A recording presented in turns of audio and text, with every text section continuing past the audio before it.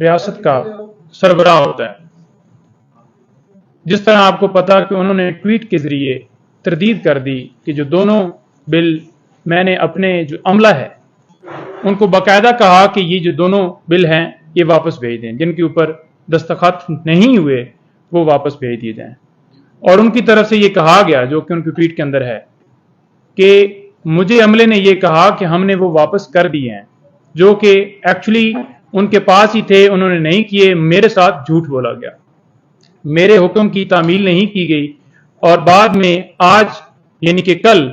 آ کر ان کے اوپر خود سے ہی سائن کر کے انہیں پاس کر دیا گیا.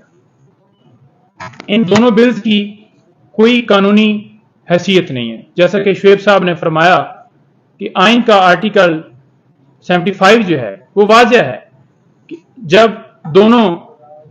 جو سینٹ اور نیشنل اسمبلی ہے وہ کسی بل کو بھیجتی ہے صدر کے پاس، تو صدر کے پاس اختیار ہے کہ وہ واپس بھیجیں یا اسے ویٹ کریں. اب اس کے اوپر کیا ہوا کہ انہوں نے جب کہہ دیا کہ واپس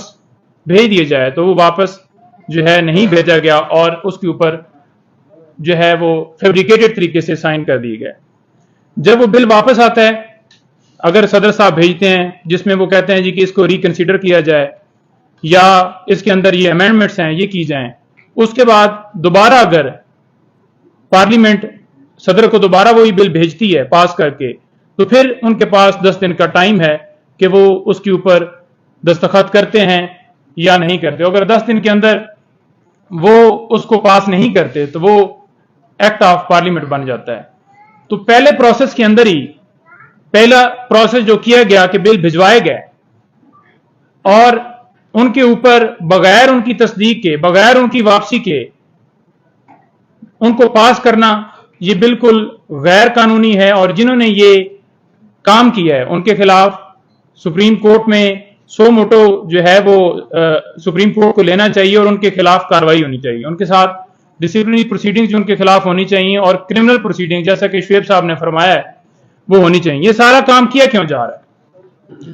یہ سارا کام اس لیے کیا جا رہا ہے کہ نیب کے اندر آپ کو پتہ ہے ترمیم کی گئی، ایف آئی اے کے اندر، اور ایک دن میں 40 بل پاس کیے گئے، صرف اور صرف اس لیے کیے گئے کہ جتنا پاکستان تحریک انصاف کو یا ملک کو یا اپنے حق میں جیسے کہ کیسز ختم کروائے گئے،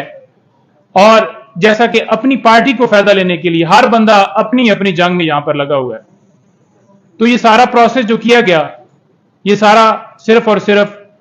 پولیٹیکلی وکٹمائز کرنے کے لیے شاہ صاحب نے کل پریس کانفرنس کی اور اس کے بعد انہیں اٹھا لیا گیا. اس ایف آئی آر کا ہمیں پتہ ہی نہیں ہے. ایف آئی آر جو درج ہوئی وہ ہم مسلسل کوشش کر رہے تھے کہ ایف آئی آر مل جائے.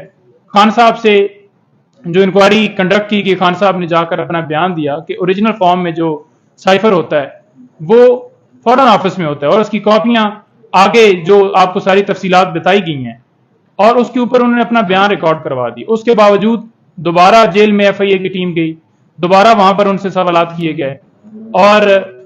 کل پھر یہ سارا پروسیس کر کے ایف آئی آر درج کر کے